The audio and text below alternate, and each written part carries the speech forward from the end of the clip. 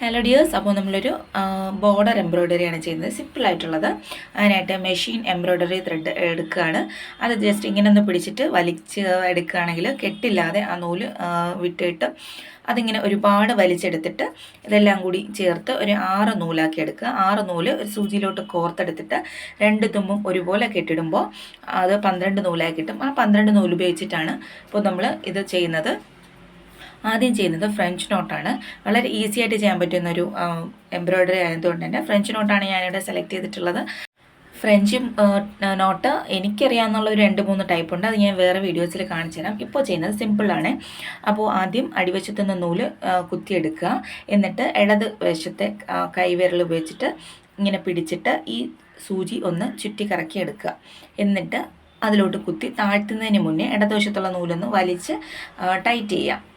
Tight ചെയ്തിട്ട് മാത്രം അടിവശത്തുനിന്ന് ആ നൂല് ഇങ്ങനെ വലിച്ചെടുക്കുക. അപ്പോൾ ഒരു നോട്ട് കിട്ടും, അതായത് ഒരു കെട്ട് കിട്ടും. ഇതാണ് ഫ്രഞ്ച് നോട്ട്. വളരെ സിമ്പിളായിട്ട് ചെയ്യാൻ പറ്റുന്ന ഒരു മെത്തേഡാണിത്. അപ്പോൾ ഈ പറയുന്നുണ്ടുള്ള ആ ഒരു ബുദ്ധിമുട്ട് മാത്രമേ ഉള്ളൂ. ചെയ്യുമ്പോൾ വളരെ സിമ്പിളാണ് കേട്ടോ. പറയുന്നത് ശ്രദ്ധിക്കേണ്ട, ചെയ്യുന്നത് മാത്രം നിങ്ങളൊന്ന് നോക്കിയാൽ മതി. അപ്പോൾ ഈ ഫ്ലവേഴ്സ് അങ്ങനെയാണ് ചെയ്തെടുത്തിട്ടുള്ളത്. പിന്നെ കംപ്ലീറ്റ് ആയിട്ട് ഇങ്ങനെ ചെയ്തെടുത്തിട്ടുണ്ട്. പിന്നെ ആഷ് കളറാണ് ഇങ്ങനെ യൂസ് ചെയ്യുന്നത്. അതേപോലെ തന്നെയാണ് 12 നൂലാണ്. 6 നൂല് കേട്ടിട്ടെടുത്തപ്പോൾ 12 ആയി. പിന്നെ റണ്ണിങ് സ്റ്റിച്ച്, നമ്മൾ സാധാ ഡ്രസ്സിലൊക്കെ ചെയ്യുന്നില്ലേ റണ്ണിങ് സ്റ്റിച്ച്, ആ റണ്ണിങ് സ്റ്റിച്ച് തന്നെയാണ് ഇതിൽ ചെയ്തെടുക്കുന്നത്. അപ്പോൾ ഈ 6 ലൈൻ കംപ്ലീറ്റ് ആയിട്ട് ഞാൻ അങ്ങനെ തയ്ച്ചെടുക്കുന്നുണ്ട്. അപ്പോൾ എൻ്റെ ചാനൽ ഇതിൽ സബ്സ്ക്രൈബ് ചെയ്യാതെ കാണുന്നവരുണ്ടെങ്കിൽ പ്ലീസ് ഒന്ന് സബ്സ്ക്രൈബ് ചെയ്ത് സപ്പോർട്ട് ചെയ്യണേ.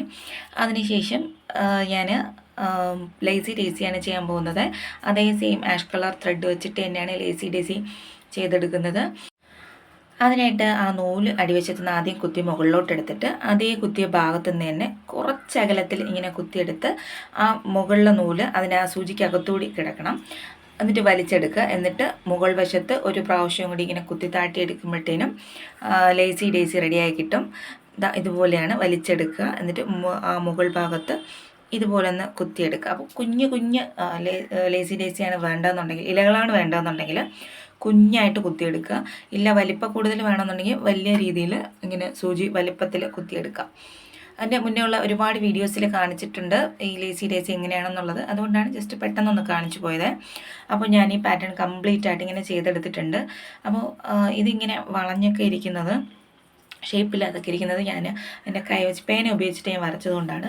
നിങ്ങൾ ഡ്രസ്സിലൊക്കെ ഡിസൈൻ ചെയ്യുമ്പോൾ ഒരു ഡിസൈൻ കാർബൺ പേപ്പർ വെച്ച് ഇതിലോട്ട് വരച്ചെടുത്തതിന് ശേഷം മാത്രമേ ഡിസൈൻ ചെയ്യാവൂ. അത് നല്ല പെർഫെക്റ്റ് ആയിരിക്കും. അപ്പോൾ കംപ്ലീറ്റ് ആയിട്ട് ചെയ്തെടുത്തിട്ടുണ്ട്.